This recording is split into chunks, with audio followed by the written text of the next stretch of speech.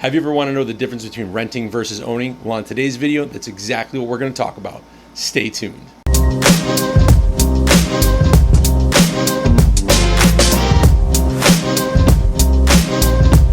Hey, what's up? My name is Aaron Bowman, and my team and I sell real estate right here in Connecticut. So if you are thinking of buying, selling, renting, or investing, make sure you reach out to us. All of our contact information is down below. We'd be more than happy to have that conversation with you. Now, like I said, on today's video, we're talking the difference between renting and owning. And I actually got a little infograph here that if you want, the links are down below. You can download it or go to our Facebook business page. It's on there somewhere, or our Instagram page. I'm pretty sure I've uploaded it at one point. But really what we want to go over is the differences between renting and owning. Let's look at the differences between renting and owning. So with renting, you're going to have a monthly payment. Now that monthly payment could increase year over year, and it's not helping you build any equity because you can't build equity in an apartment. The person's equity you are building is your landlord. So they most likely have a loan out on that property, and every time you pay them, a portion of it goes to paying down the mortgage and some of it goes to maintenance, and then if there's anything left over, it would be profit for them.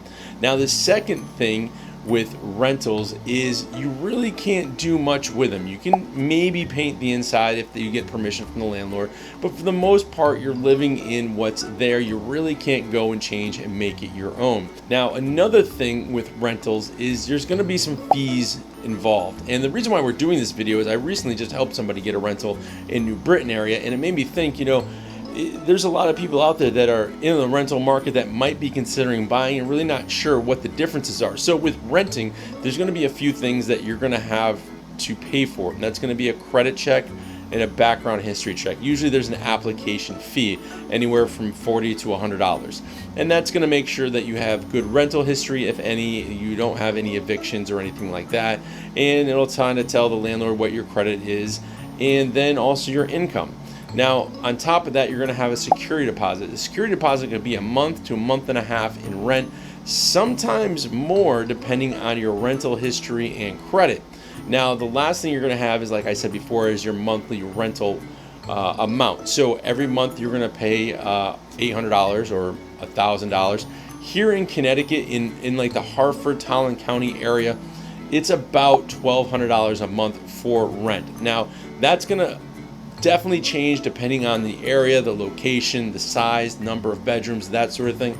But on average, you can expect to pay about $1,200.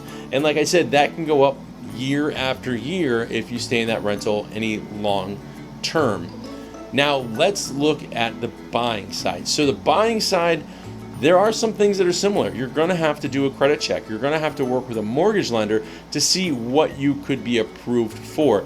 In most cases, you can get a house for less or equal to what you're currently paying in rent. And there's some benefits to that. You have some tax benefits at the end of the year, write-offs with the home. You also can customize the home however you want because it's yours. So if you want to paint your bedroom walls neon pink, go for it. It's your home. You can do that.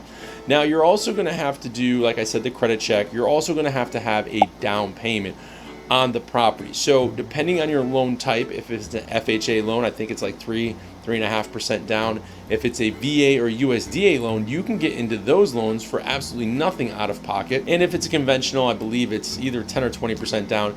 I can't recall off the top of my head while I'm shooting this. So if you are thinking of buying, let me know, comment down below, or reach out to us. We'd be more than happy to put you in contact with some of the lenders that we work with that are on our team that do a fantastic job and can answer any lender specific questions for you. Now, one of the biggest benefits to owning a home is this. Instead of making that monthly rent payment every month, which it's kind of just like throwing money out the window. Say what? Because you're not building any equity. Here, when you own your home, you're building your own equity. Every month you make that payment, a little bit comes off the principal of what's owed, and eventually once you pay your mortgage off in 15, 30, 5 years, whatever it is, you're actually going to have all that equity built in that home, where now you can borrow against that home if you wanted to buy another property, maybe use this one as a rental, or when you go sell that home that you're currently in to maybe move up in house, you're going to have all that equity that you've built in over the years to help pay for the new house. So hands down, the biggest thing is that it builds equity for you as a homeowner. And yeah, there are some other costs associated with home ownership, like, you know, you got to take care of the maintenance of the yard and the maintenance in the house, and things are going to break and things are going to be worn out, and you're going to have to replace a hot water heater and all those things. But at the end of the day, even with all those things popping up and things going wrong or things breaking at the house, you're still building that equity, and that's something you can never do with a rental. So here's an example for you. Average monthly rent in Connecticut is about $1,200, and that's going to vary depending on where you are. If you're closer to New York, it's going to be a lot more.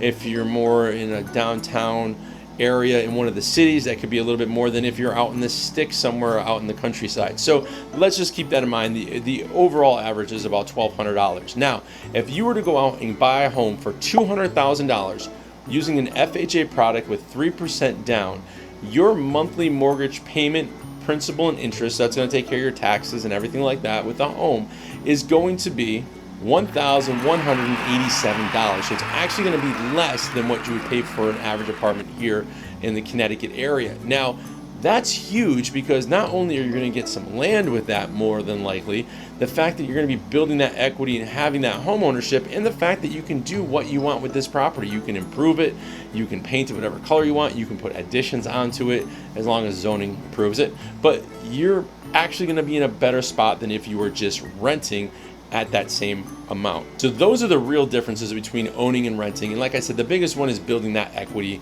for yourself down the road. So hopefully this answered some of the questions you have. If you have more questions about the differences between buying and renting, comment down below. I'll be more than happy to answer those for you. And until next time, we'll see you in the next video. Peace.